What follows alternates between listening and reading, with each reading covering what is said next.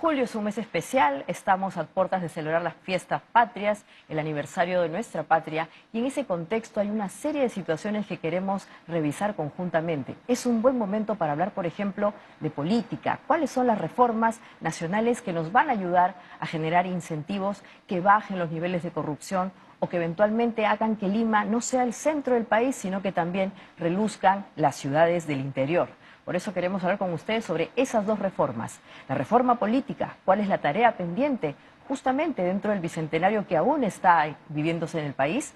¿Y cómo es que hacemos que la descentralización después de casi 20 años en verdad sea lo que todos esperamos? Así empezamos pensando en el Perú.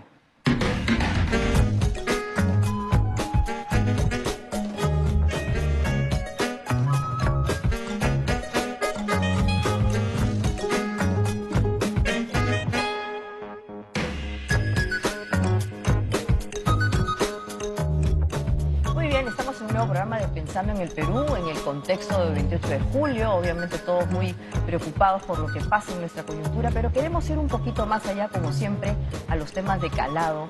Siempre hablamos de las reformas políticas. ¿Qué cosas son las reformas políticas? ¿Cuáles son las que necesitamos? Vamos a pedirle, obviamente, a nuestros 4 invitados que están ahora con nosotros y de primer nivel que nos ayuden a encontrar esa respuesta. Está con nosotros la señora Carmen Maqueboy, ella es historiadora, realmente también una personalidad nacional. También el señor Max Hernández, él es presidente del Acuerdo Nacional, y también Miguel Ferré, otra persona especialmente dedicada a estos temas. Y finalmente, con nosotros está Gabriela Vega, politóloga joven, que también se dedica a los temas vinculados a capacitación política. Así que, sin más dilación, vamos a plantear la pregunta: ¿qué son las reformas políticas? ¿Cuáles son las que tendríamos que desarrollar, Max?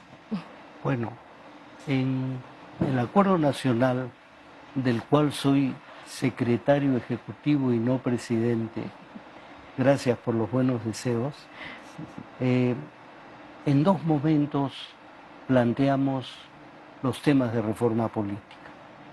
La primera vez fue el año 2005, donde propusimos unos acuerdos por la gobernabilidad democrática que se discutieron un largo tiempo, pero no se llegaron a aprobar. Un segundo momento fue entre los años 2020, 2019-20 hasta el 2021, donde se aprobaron unos consensos por el Perú. Dentro de estos consensos por el Perú, que se aprobaron por la totalidad del foro del Acuerdo Nacional y que incluso se llevaron a una sesión muy solemne con la participación no solo del foro del Acuerdo Nacional, sino también del Consejo de Estado, se plantearon varias cosas que creo que lo más importante no es señalar qué reformas se plantearon, sino algo que quiero subrayar. Ninguna de esas propuestas aprobadas por consenso ha sido asumida plenamente por las personas o de los ejecutivos sucesivos o del Congreso. Sí, la bicameralidad, que es uno de los temas importantes, ha sido aceptada y se está trabajando. Yo creo que la bicameralidad es valiosa e importante, pero no se trata tanto de lo que yo creo, cuanto de decir, no podemos plantear reformas parciales si no logramos un consenso de cuáles son esas reformas absolutas y totalmente necesarias. Necesitamos mejorar la calidad de la representación congresal, definitivamente. Se han planteado ideas como, por ejemplo, sería importante que la segunda vuelta se haga la elección de los congresistas después de la segunda vuelta, para que se cree una suerte de equilibrio posible entre el Ejecutivo y el Legislativo. Pero esto también tiene gente que puede pensar que no es la mejor de las maneras. Segundo, todo el tema del voto facultativo, que creo que es importante discutirlo, porque votar es esencialmente un derecho, pero también es un deber del ciudadano para con su Estado.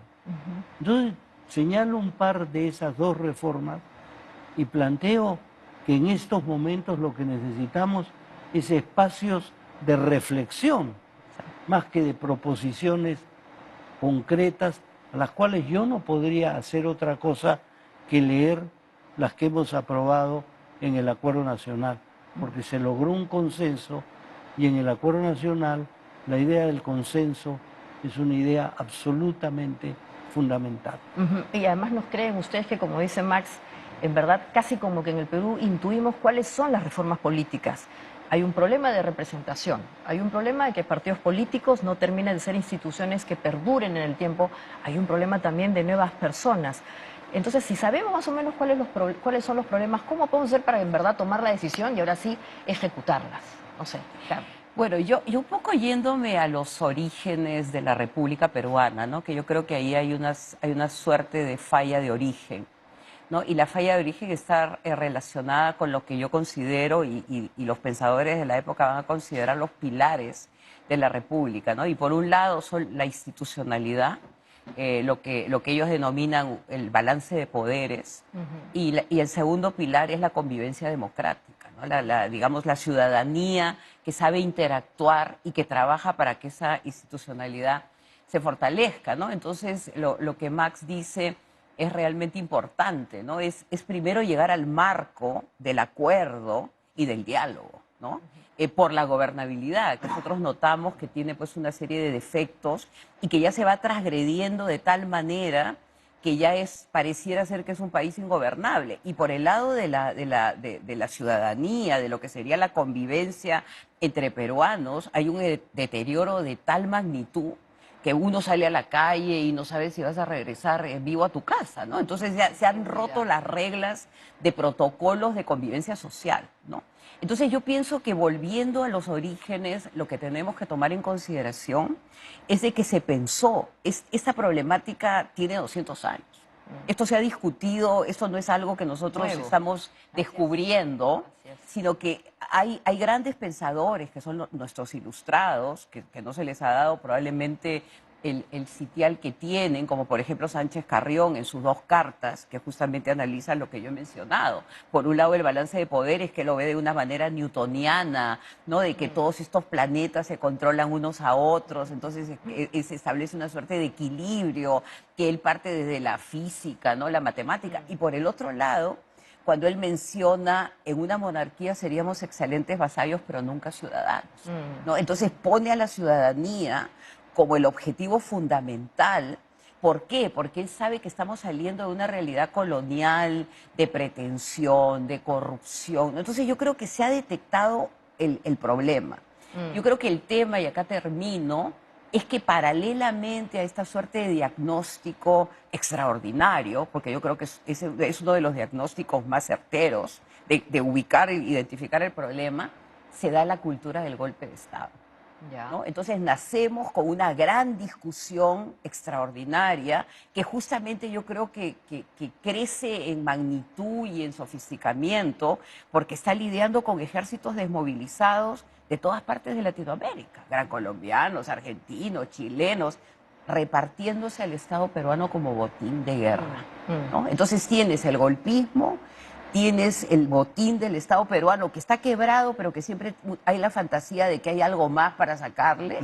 Y yo creo que lo tercero es la traición como elemento de entrar al poder. Y yo creo que ahora estamos lidiando con los mismos problemas y que justamente lo que se demanda es una suerte de acuerdo nacional, proyecto, diálogo, en que todas las partes que están involucradas en esa gran debacle democrática sean capaces de ponerse de acuerdo para sobrevivir. Claro, porque otra vez insisto, más o menos que tenemos la intuición de cuáles son esas reformas, pero hay una impotencia, una situación concreta que no nos permite ejecutarlas. No sé, Miguel, ¿qué opinan ustedes o tú? A ver, bueno, yo soy el menos político de todos ustedes, o sea que voy a decir otra cosa. Por un lado, aparte que sobran partidos políticos, y creo que eso es algo conocido, todo el mundo dice, ¿para qué tantos partidos políticos? Y ahora no digamos la cantidad de partidos políticos que se están aprobando, son 20, 30, no sé cuántos. La pregunta es, ¿estos partidos políticos llegan a la población o no?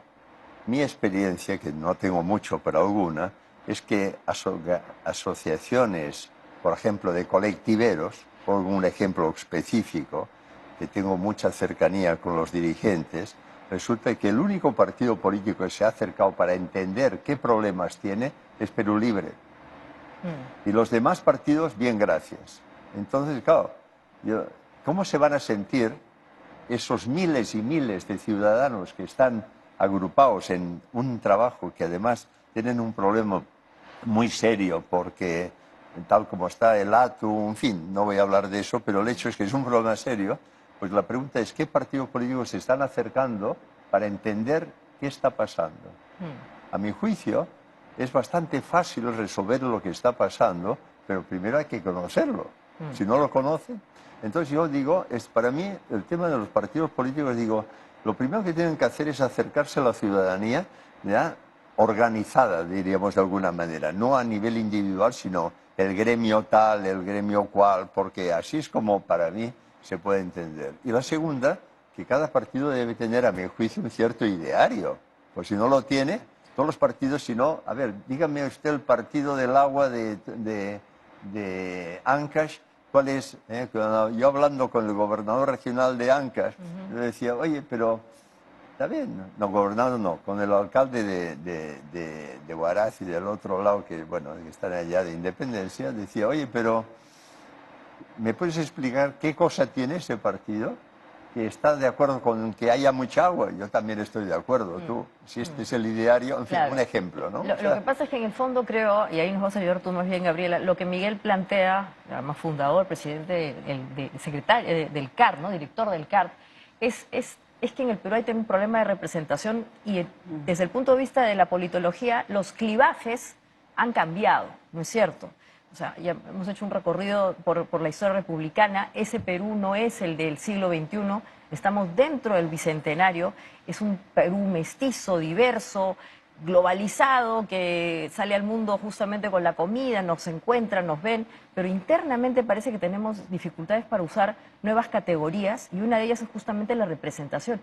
¿Quiénes son los peruanos que no están siendo representados en esos partidos políticos que, como dice Miguel, por ejemplo, no se dedican a cosas más concretas como yo quiero agua o yo quiero que me soluciones el problema del transporte y no me hables de fantasías y elucubraciones y cosas muy elaboradas y la democracia y no sé qué, cuando en verdad no me dice nada en mi día a día? Creo que han planteado todos un montón de entradas que hacen eco con lo que yo pensaba compartir y me da mucho gusto que andamos sintonizados. No es tanto mérito porque igual las cosas no cambian por andar sintonizados en el diagnóstico, pero efectivamente nuestra crisis política tiene muchas caras, ¿no? Y arrancas hablando de la crisis de representación que tiene que ver con esta incapacidad de nuestro sistema de recoger, canalizar demandas y llevarlas a lugares en donde se tomen decisiones que transformen la realidad, ¿no?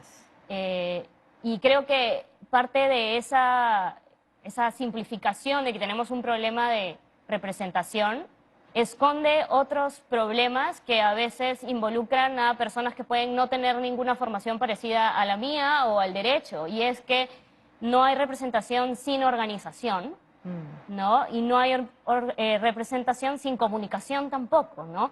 Marx hablaba de la necesidad de reestructurar canales para compartir esas demandas, para volver a tener espacios y plataformas donde conversar, para poder recoger la información que sucede en regiones en las que uno no vive, ¿no? Y entonces, sin tener capacidad de organizarnos, porque los partidos políticos no son otra cosa que una organización, y por ende no deberían solamente tener que ver con abogados o científicos políticos o con políticos, sino con gente que tiene capacidad de aglutinar personas para perseguir un mismo objetivo, para organizarse, para tomar decisiones de forma democrática y colectiva y sostenerse en el tiempo, gestionando recursos, como cualquier empresa o organización civil sin fines de lucro o voluntariado que cualquier joven esté realizando en este momento en cualquier lugar del país. Es una organización.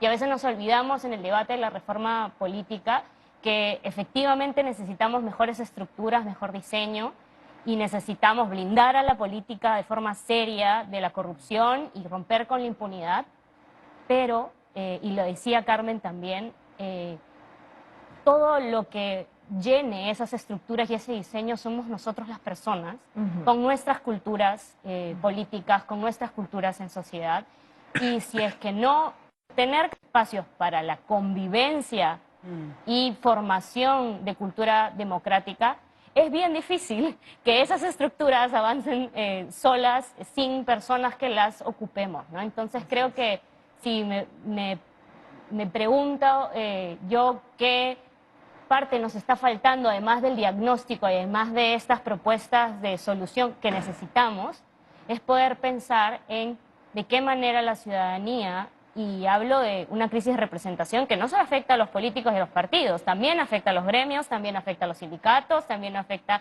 a los cuerpos de docentes, a los cuerpos de enfermeros. O sea, esa sensación que tenemos de que nadie es capaz de representar a colectivos más allá de sí mismos es transversal, ¿no? Y ese ejercicio de poder pensar cómo represento, cómo canalizo demandas que no sean solo las propias o las de quienes me financian, es un aprendizaje que necesitamos hacer todos en este país. Exactamente, Gabriela. Y con eso vamos a volver después del corte para saber de qué manera la ciudadanía en verdad puede sentir que la democracia le pertenece y que no solamente es suya cuando lo invitan a votar cada cierto tiempo. Esto es Pensando en el Perú, ya volvemos.